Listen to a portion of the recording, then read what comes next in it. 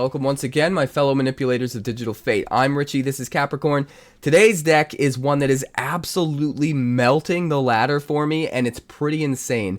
This one is called ROBURN Red, and shout out to that villain Jay for giving me the idea. Now, this is a deck that he originally put together. Jay is a good friend of mine, another content creator on YouTube and on Twitch, and he really gave me some crazy ideas with this brew. I did make some upgrades, I did twist it a bit and take it in more of a Capricorn direction, and I'm pretty stoked with the way it turned out. Like I said, it's absolutely deleting the ranked ladder, and it's pretty insane. So thanks to that villain Jay for showing me this idea and letting me take it to the next level. Be sure to like this video so I can help get it out to more people. I would appreciate that so much. It is a new year, 2025, and we're going big, so let's make it happen. Subscribe if you're new so you never miss an upload, and catch me live Monday through Friday over on Twitch. That's twitch.tv/quarantinecapricorn, because if I'm alive and I'm breathing, I'm there and I'm streaming.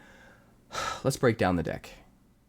This is ROBURN Red. Shout out to that villain Jay, ROBURN Black himself, for putting this together, the initial version of this. I got the idea from him, but I did some new upgrades and some twists on his formula to make it more of my own and take it in a direction that I think might be a little bit more consistent.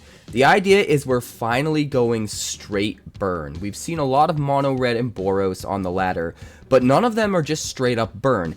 Almost every single card in this deck is directly doing damage to our opponent's head, no matter what they do, with a few key exceptions that are very likely to deal the damage directly to our opponent's head, even though it's not guaranteed. So, first of all, the reason that this deck is actually viable now is some key cards that came in Foundations. The problem with burn typically is you need to reach that threshold of damage that you can do to their head before you run out of gas. Most of the time, pre-Foundations, you could get close. You could get them to 4, 5, 6 life, but then you'd run out of gas, you couldn't get the rest of the damage, and you would stall, and they would just kill you by the time you caught up. Now, with 3 key cards from Foundations, we finally have that damage threshold, and it's insane. The most important of which is Boros Charm. Instant speed for just 2 damage, we can deal 4 damage to any player or planeswalker. The key with this deck is the absolute most damage possible out of every single 1 card cast.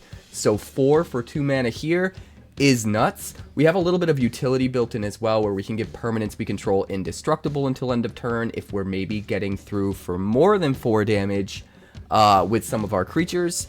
Or we can give a creature double strike until end of turn, and there's a couple creatures that might be useful for, but for the most part, we're just doing 4 damage at instant speed, and it's amazing.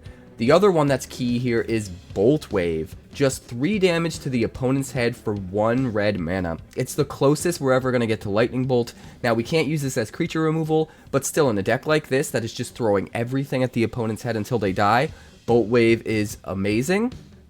And the last important card to come out of Foundations is Burst Lightning.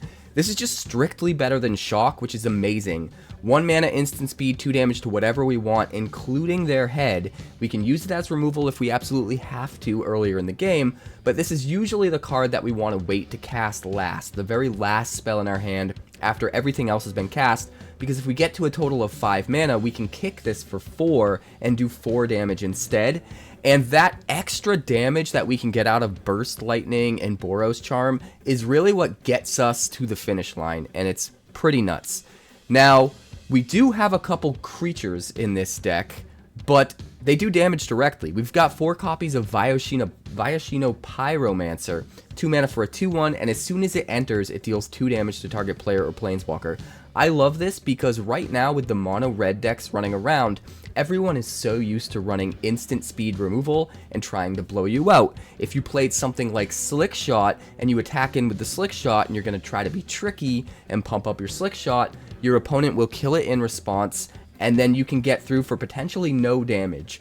But with Viashino Pyromancer, even though its damage output isn't insanely high, like the Slick Shot, it is consistent, and we don't need every card in this deck to do the absolute most amount of potential damage ever. We don't need to take the risk in order to get that reward, because our damage threshold is just so high now because of all of the really good cards that came in Foundations. So we don't need to take that risk. We could just play the Pyromancer, settle for our 2 damage to the head, and maybe get in some swings, or maybe just block something, a very key attack from the opponent that lets us survive an additional turn, and that one whole turn could make the difference between us just getting there with the damage. So I think Pyromancer's actually awesome. It's also a lizard, so we do have one Rockface Village in this deck that we can use to give it +1/+0 in haste, which doesn't usually happen, but it can sometimes. The other key new creature we have in the deck is Screaming Nemesis. This is about as close as you can get to a direct damage in the form of a creature as you could possibly get. This is a 3/3 haster for 3 mana, so it's swinging in for 3 right away, no matter what. But whenever it's dealt damage, it deals that much damage to any other target, and if a player is dealt damage this way, they can't gain life for the rest of the game. Not only does this help us against the life game matchups, but they almost can't stop the damage from this. If they have a blocker, they end up taking damage. If the damage is enough to kill the Screaming Nemesis, they take at least 3 damage, and if it isn't enough to kill the Screaming Nemesis, they're going to take damage, and we get to attack again the next turn. And if they try to kill the Screaming Nemesis with damage-based removal, they're also going to take that damage. So even though they can kill it with some hard removal, like a Go for the Throat or something like that, the amount of things that can stop Screaming Nemesis from doing damage in the opponent's deck is way, way less than any other creature we could play. And it specifically works well against that damage-based removal. So perfect selection here. 4 copies of this, absolutely. And a nice little trick is we can actually, if we're up against the life gain decks, just shock our own Screaming Nemesis, and we still get to redirect the damage to the opponent, and we don't lose anything. We still do the 2 damage to the opponent like we would if we hit them with the shock, except we also get to turn off their life gain. So you can be tricksy with the Nemesis, shock it yourself, turn off their life gain, and not really lose any damage potential, which is kind of amazing. We've also got 4 copies of Lightning Helix because it's it's amazing.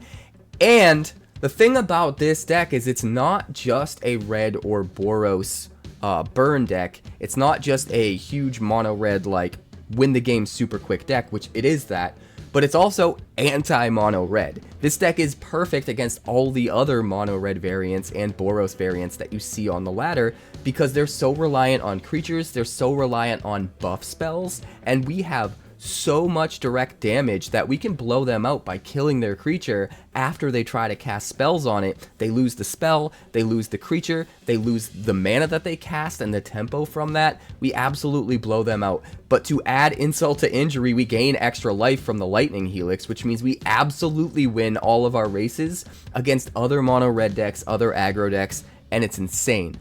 We're also running 2 copies of Lightning Strike to supplement the Lightning Helixes to give us 6 2-mana spells that do 3 damage to whatever we want.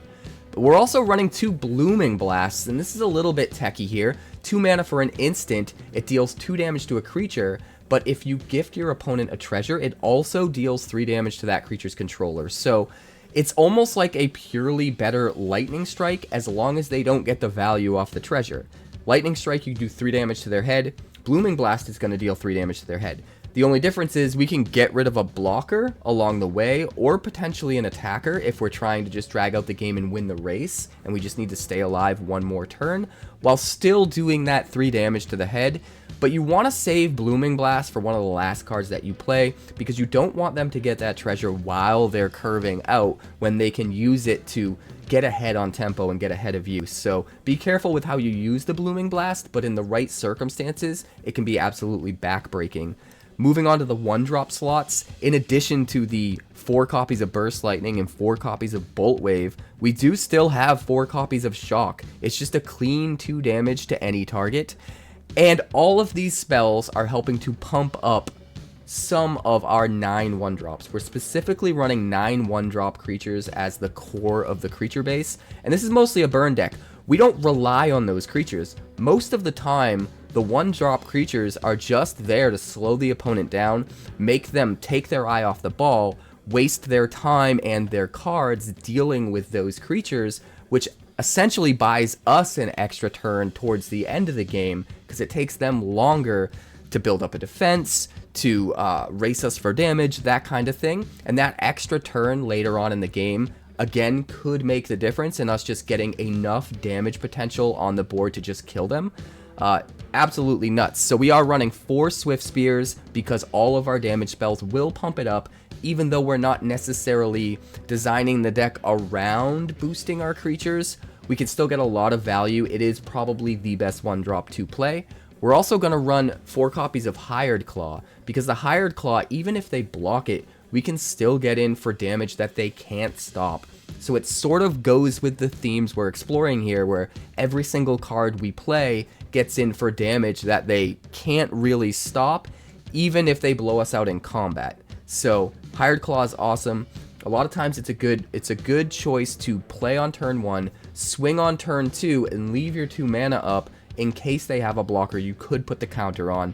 Or sometimes if they don't block, you still want to put the counter on, hit for an extra 2, because you just want to do as much damage as possible with every single card. So if you can save your burn spells for later, still have that damage potential ready to go, and get in for a little bit of extra negligible damage on turn 2 with the Hired Claw, sometimes that's the right way to go. And then we do want just a single 9th 1-drop creature, just so that we get to 9 1-drops. That's going to give us the ability to consistently have one on turn 1, which I think is really important. Again, to get your opponent to take their eye off the ball, to focus on your board state, and not realize that you're just going to burn them down into oblivion. So we're running 1 copy of Gingerbrute. There are a couple different 1-drops you could put in this slot, and a few of them are interesting and worth considering for sure. But what I like about the Gingerbrute is it also goes back to reinforcing what I was talking about earlier, where this is a deck which is kind of the anti-mono-red, right? And it works super well against other aggro decks because we have the life gain from Lightning Helix, and we have certain creatures that gum up the board like Viashino Pyromancer and Screaming Nemesis and stuff like that. Gingerbrute as a one-of is a nice other way of kind of doing that, because after you get in for a damage or 2, you can always sack it to gain 3 life, to buy you time, to buy you a whole extra turn, so that you can draw another burn spell and finish out the game. So I kind of like that about it. So just 1 Gingerbrute, and that's the deck. The mana base is very specific. We want all untapped lands, so 4 Inspiring Vantages, 4 Battlefield Forges. And my spicy take here is 4 Raucous Carnival, because we burn them down so fast that almost always this will be untapped on turn 3. In this deck, it kind of feels like the old slow lands that we used to have that only come into play untapped turn 3 or later. It kind of feels like that, because almost always, 99% of the time, if we're playing the deck the way it should be played, this is going to come into play untapped on turn 3, which is just amazing. We're also going to run 1 Thran Portal. We don't want to go too crazy with these because we are forced to take damage when we use it for mana. And if we're up against like a mirror match, some kind of other aggro deck, we don't want too many of these gumming up the board and just nerfing our life total into non-existence. But I do think just 1 as almost like a 5th Battlefield Forge, just to increase the consistency of our white mana available, our potential white mana available, while also keeping our lands untapped in the first 3 turns as much as humanly possible is important. So we are running the 1, and then we have 5 mountains and just 1 Rockface Village. We don't want to go more than 1 here. It can be super useful. Give haste to the Pyromancer and +1 attack. It can give haste and +1 attack to a Hired Claw as well, which is really, really nice.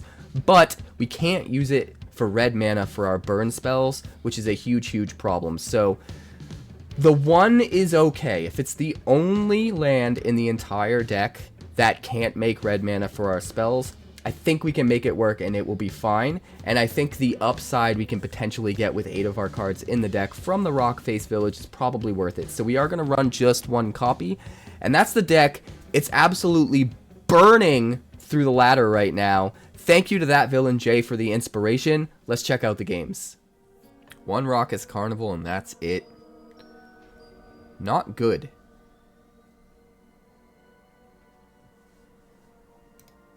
Especially on the play. But I actually think we can make it work. Call me crazy. Call me crazy. Swiftspear. Boltwave. And you're at 50. 4, 6, 9. We have that 12 in hand.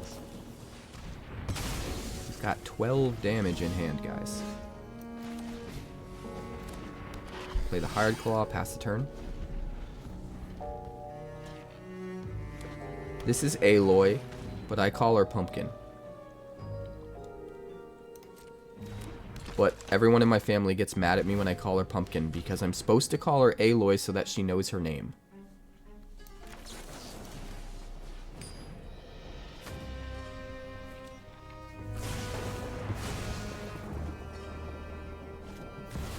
Tiny bolt. That's fine. Do we just trade with the tiny bones?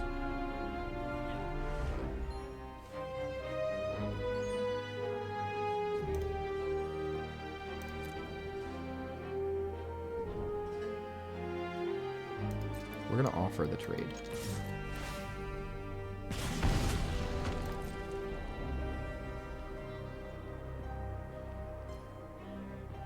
If he doesn't take it, we're gonna pump to get some extra damage in.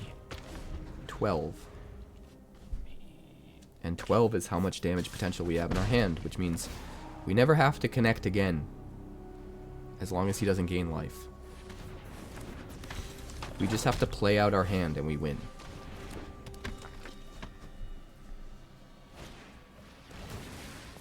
Ooh, I lied. I lied! I am a liar! Let's see if he blocks.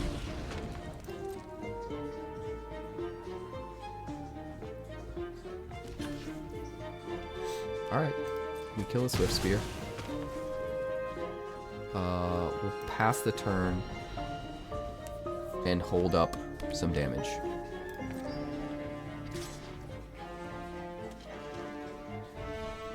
I guess maybe we kind of have to kill the Tiny Bones. We're just going to keep playing the Swiftspear and blocking with it, right? But I mean, we just keep dealing 1 damage, so yeah, that's fine. I don't think we care. If he's wasting his turn doing that, then he's not racing our inevitability in our hand. Which is fine.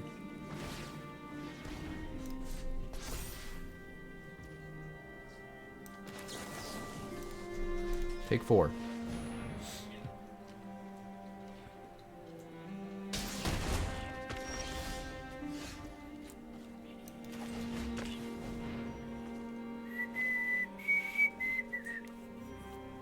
Since we drew the Boltwave, it makes sense to do this. Man, ever since that cat came over here, my nose is all itchy now. Alright, Boltwave, put him at 4. Swing, put him at 3 from the Hired Claw. He'll have to block.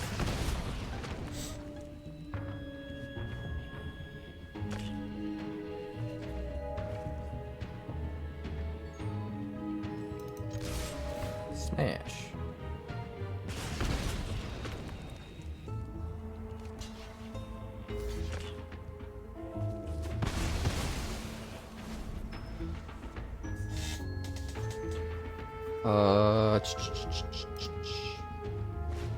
The decks that give me the most issues. Life gain is a little bit of a problem.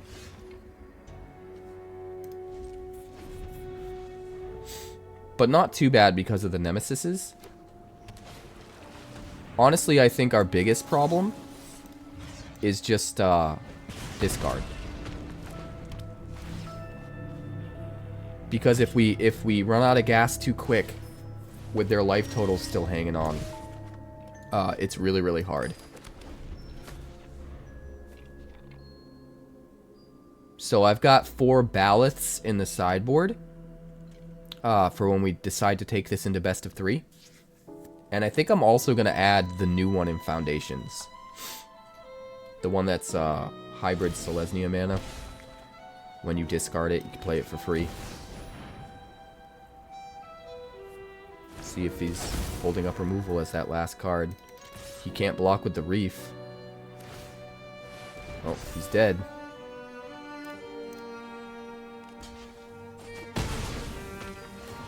Good night, sir. Good night.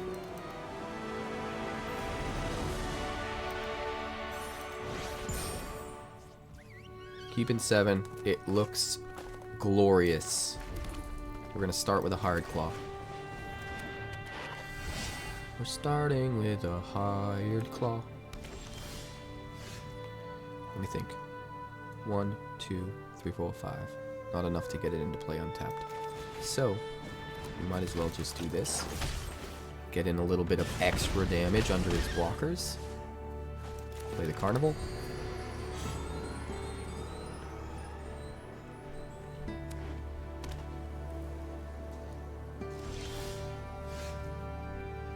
Let's see. We almost definitely want to play a 2-mana spell, right? So, let's just swing. See what our opponent tries to do. If he kills the Hired Claw, we put a counter. If he doesn't, we probably Boros Charm to trigger the Swiftspear. But he's letting us go to damage, so we have to take a chance with the Hired Claw, I think. Put a counter. He'll probably kill it in response, which is smart. But we still have to take every opportunity we can to do what we can without using up another spell, in my opinion.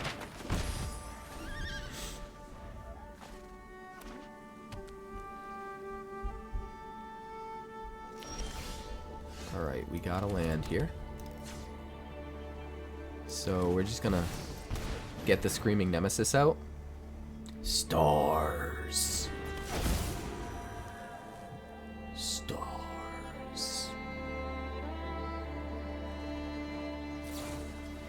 Another Get Lost. Okay.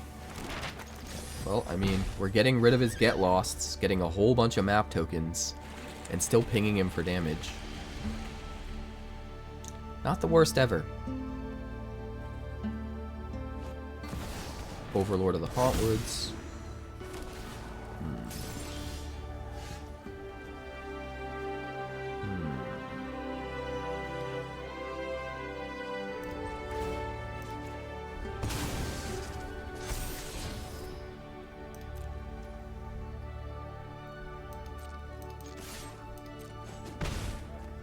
I want to play the Pyromancer out.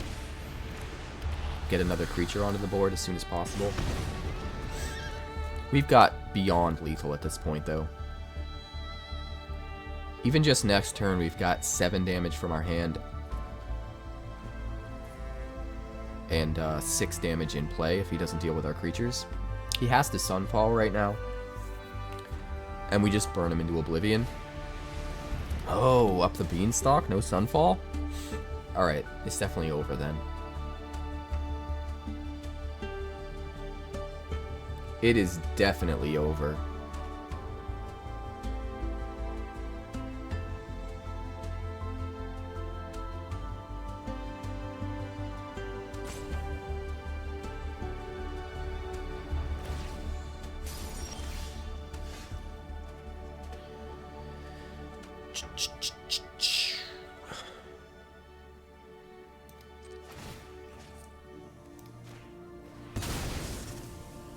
See if we can find a land.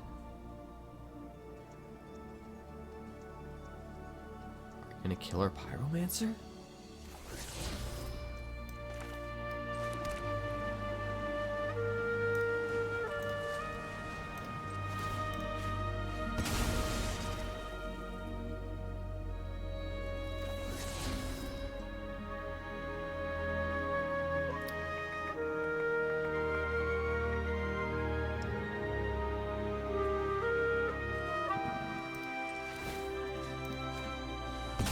That.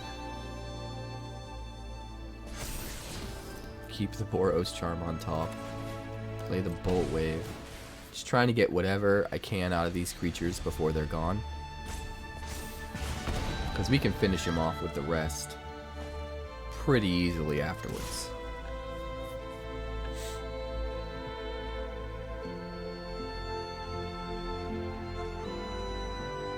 I mean, he's better off killing the Pyromancer, because the Swiftspear has to, we have to play spells in order to buff it. Although, I guess we could buff it multiple times, theoretically.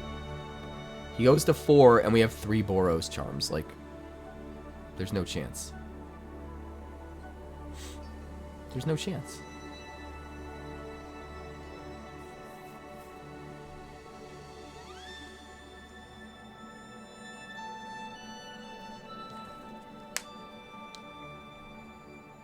Sunfall, sir?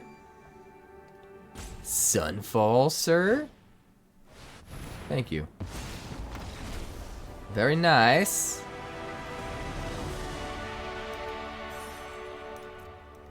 Alright, we're gonna keep this. Try and lead with those hired claws.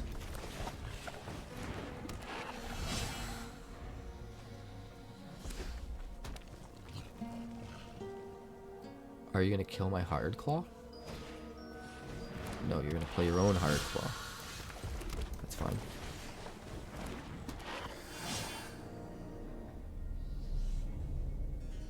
I mean, I guess we just shock his, right? We ping for 2. It seems fine.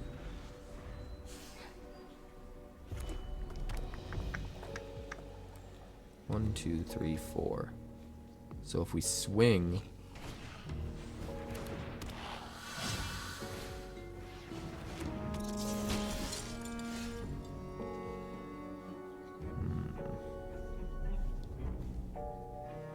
$16, $15, $14. Alright. We attack. Get the double triggers and see how he blocks.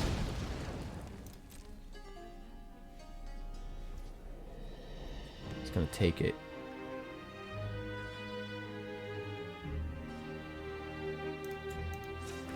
Well, if that's the case, we'll do that. And then we play this untapped.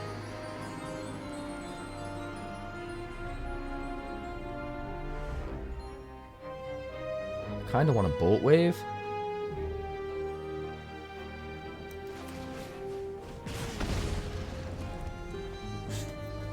One, 2, 3, 4.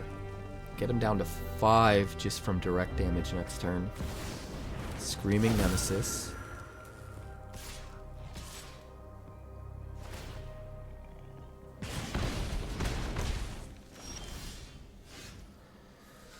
Mr. Clean.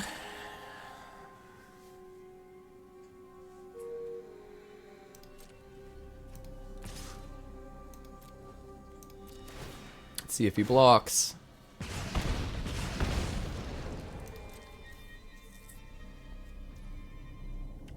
You're not gonna block. Okay, well, we'll put a counter on then. And we'll play you.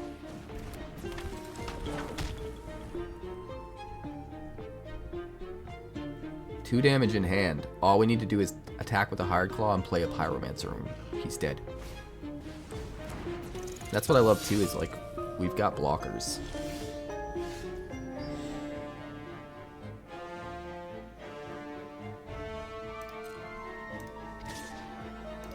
Let's get the pings. He has to block or he's dead.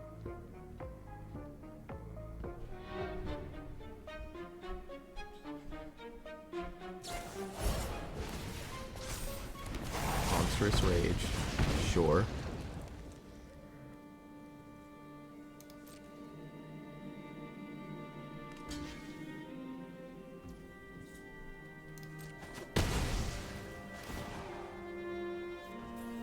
You do what you gotta do, buddy.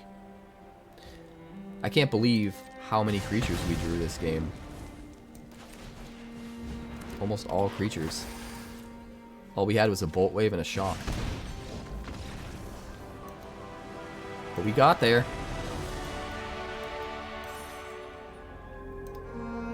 Alright, we're gonna try and keep this.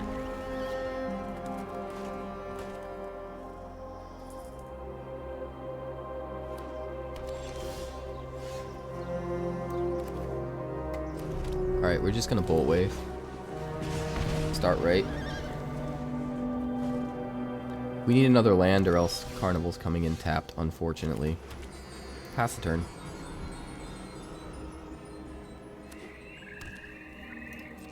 Alright, we will shock your head, Mr. Abzan.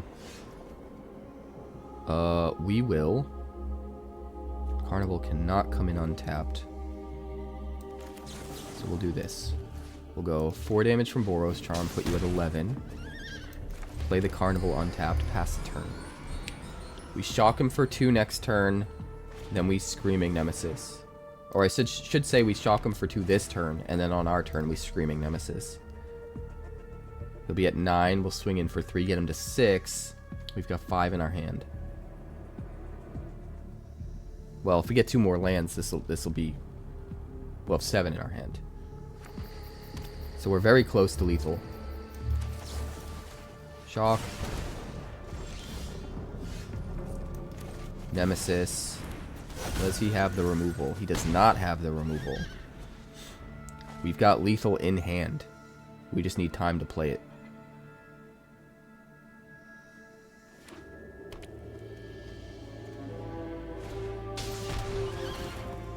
Sunfall. Sure.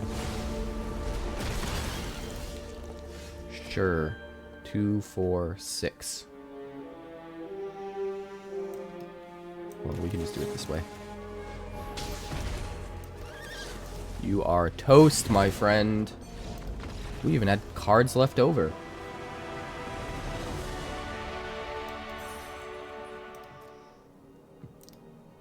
Alright, we'll keep this.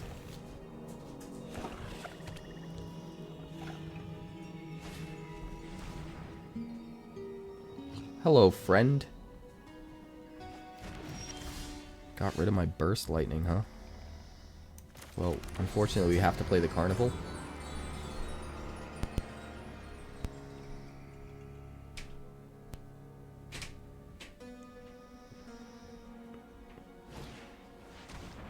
I also have a Mardu version of this, using Hopeless Nightmare and Vine Lasher as the black cards.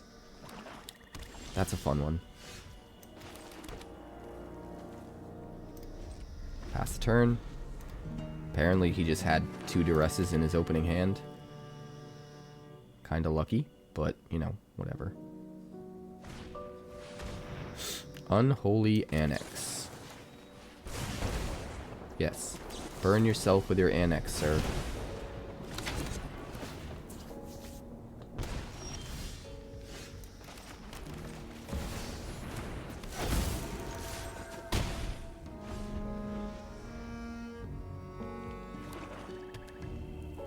Let's see what we can do. It's gonna have removal for the Nemesis, right? Yeah. Is what it is. We need 1 more mana to kick the Burst Lightning. Oh, he's getting rid of it. 3 Duresses? Come on. Algorithm. Algorithm. Clearly, the algorithm is working today. 3 Duresses in the opening hand, and a bat against a burn deck. Although I don't know why he cast the bat, knowing that we have a land in our hand. Maybe he just desperately needs the lifelink to make up for the Annex. We're in top deck mode, but I mean, he's taking 2 every turn, and we're gonna top deck burn, so...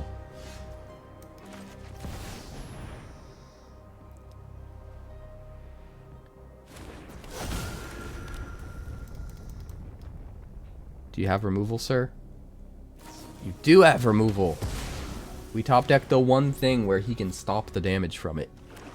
The Screaming Nemesis. That's actually kind of hilarious. Are you going to discard your last card, sir? No? Take 2.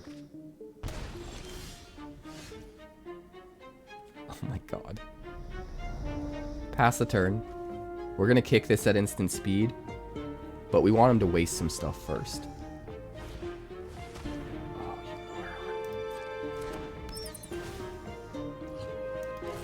You fool. He could have made a demon and drained me at end of turn, but he used his mana for the bat, and now he goes to 2, and the Annex is going to kill him unless he has a 3-mana demon. Oh no, he could swing with the bat. He'd be alive at 1. He would have been alive at 1. We keep this. We keep this beautiful hand. We'll play the Hired Claw. I gotta finish this one? Okay. We'll swing. Hit for 1. And we're just gonna try and get some extra damage here without using a card. So we'll put a counter on the Hired Claw.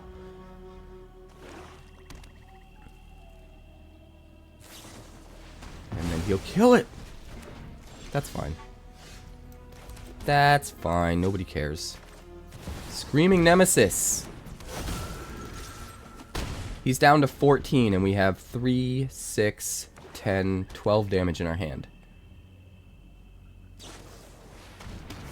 Hero's Downfall. Carnival. Oh, I should have Boltwaved first. Carnival would have been, well, I should have Boros Charm first, I guess. And then the Carnival would have come in untapped, and then I could have Lightning Helixed. Lifelink. You can't do Lifelink. Come on now. I just need 5 more damage. That's 3.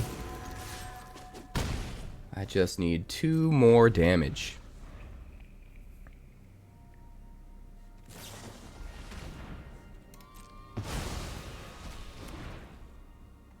This man sure is getting lucky with his removal. Marauding Blight Priest, sure. Hey, we got it. Boltwave. Boros Charm. Shock. And you're dead. 1 Rockface Village and 1 Raucous Carnival. Not really what we want, but we're going to try to make it work. Start with the Carnival. Make sure we can play the Pyromancer on 2. Heartfire Hero, that's fine. Maybe we don't play the Pyromancer on 2.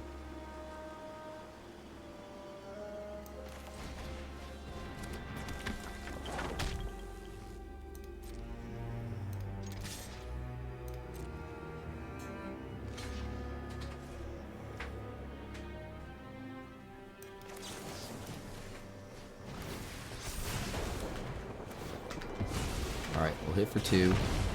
Get rid of his Heartfire Hero. Ember Heart Challenger, sure.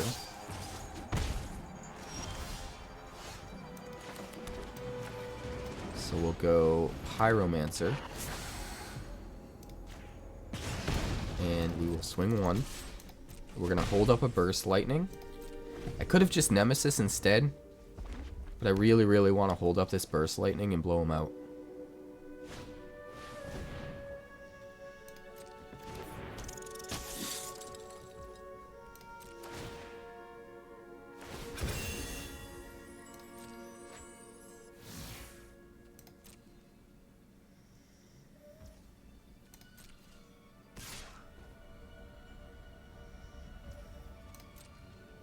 No blocks. Do your worst. Nope. Nope, nope, nope. Get out of here. See you later. See you later, Greedy McGreedenstein.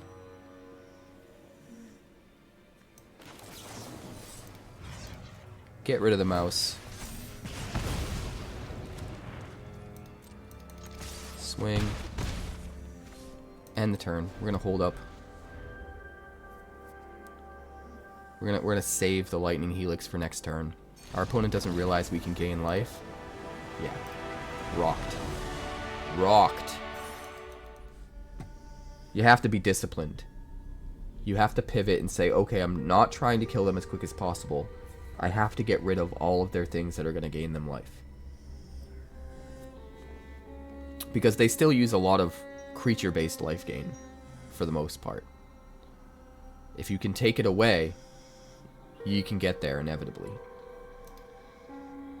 I will keep this.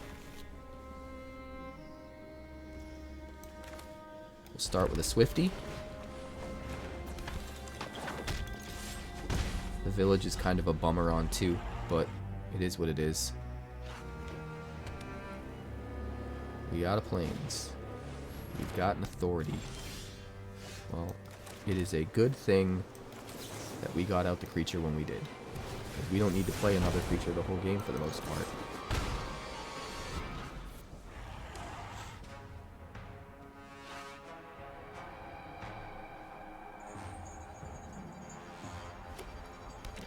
Four, 5, 6, 7, 8, 9, 10. Life Creed Duo.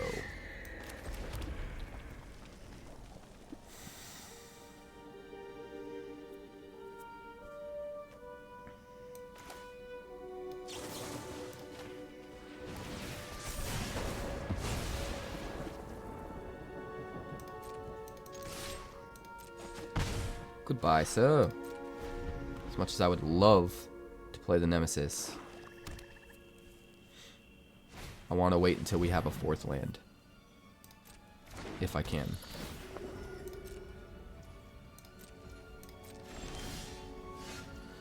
Another one.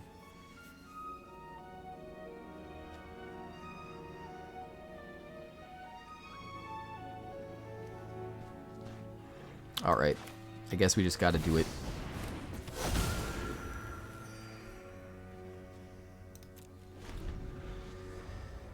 So next turn, we can Burst Lightning our own Nemesis if we have to. Hit them for the damage and shut off their life gain.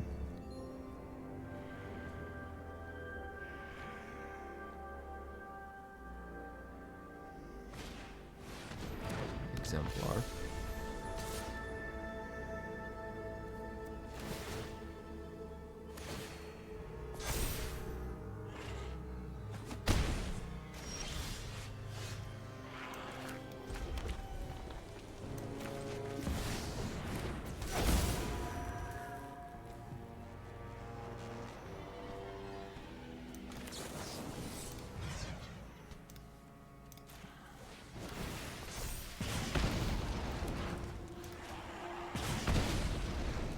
Life gain for you, buddy.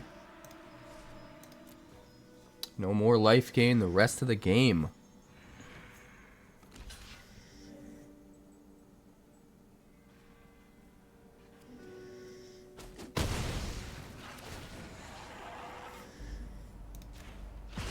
I could have killed one of these. But his life gain's turned off, so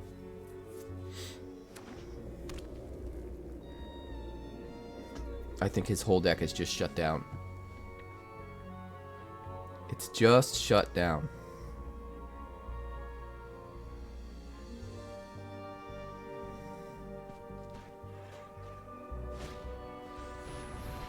Exemplar.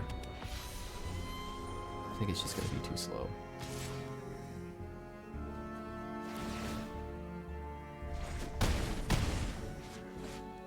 No life gain for you.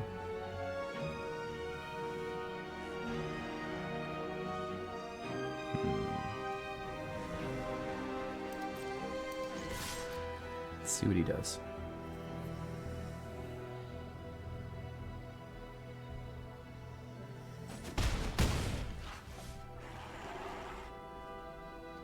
We still have no white mana. We're dead because we couldn't find white mana. That's actually kind of insane. We completely shut him down and had him dead to rights. He would have been dead if we had a white land. We just couldn't find white.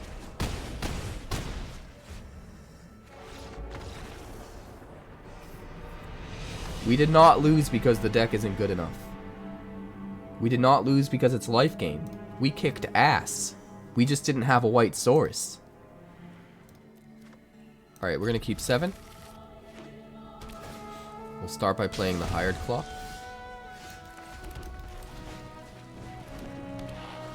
If we play the other Hired Claw next turn, it can trigger both by attacking, which is really, really good.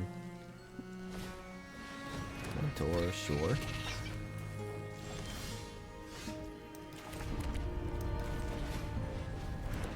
Get in there with some early damage from creatures. Alright, ping for 2, hit for 2.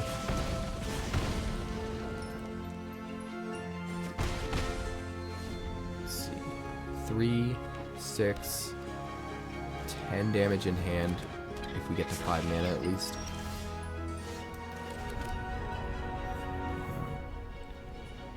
Booming Blast.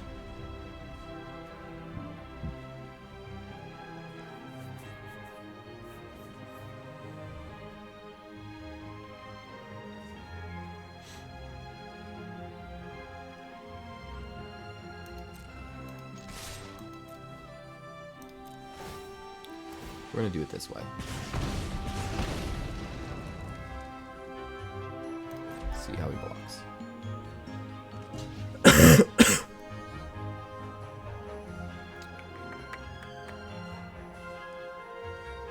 Alright, so.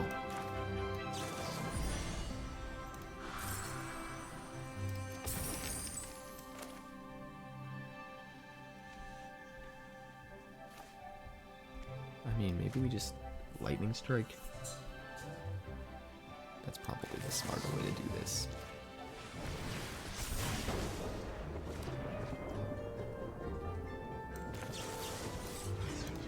And then we'll dump this guy too. Just slow him down.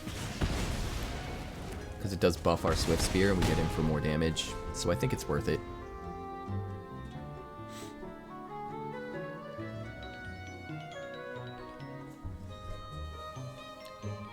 What you got for me? Show me what you got. 𝐿𝐽𝐻.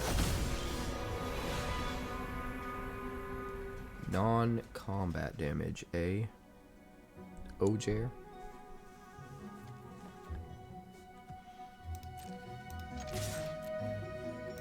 Well, let's see what you decide to do.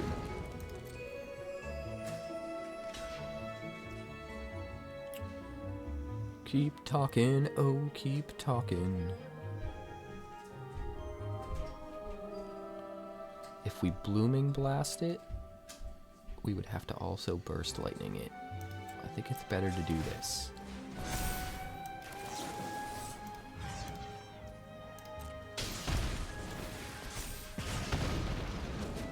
Get rid of that blocker, put him at 5. And we've got 5 damage in hand. As soon as we get to enough mana to actually play it. Dracosaur. Oh boy.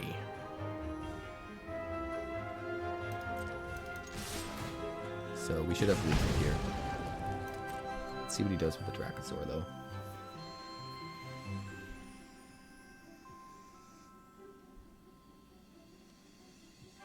𝐀𝐫𝐞𝐧𝐚. 𝐀𝐫𝐞𝐧𝐚.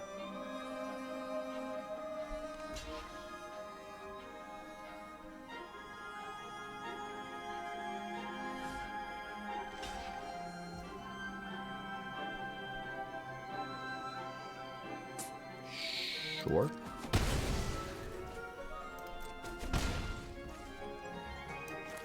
Hiya!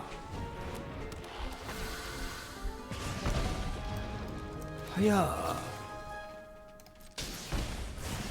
Cure, you're done for.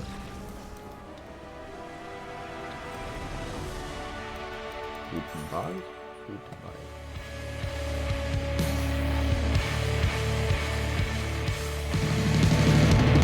Thanks so much for checking out my channel. I'd like to give a huge shout out to all of my patrons over at Patreon.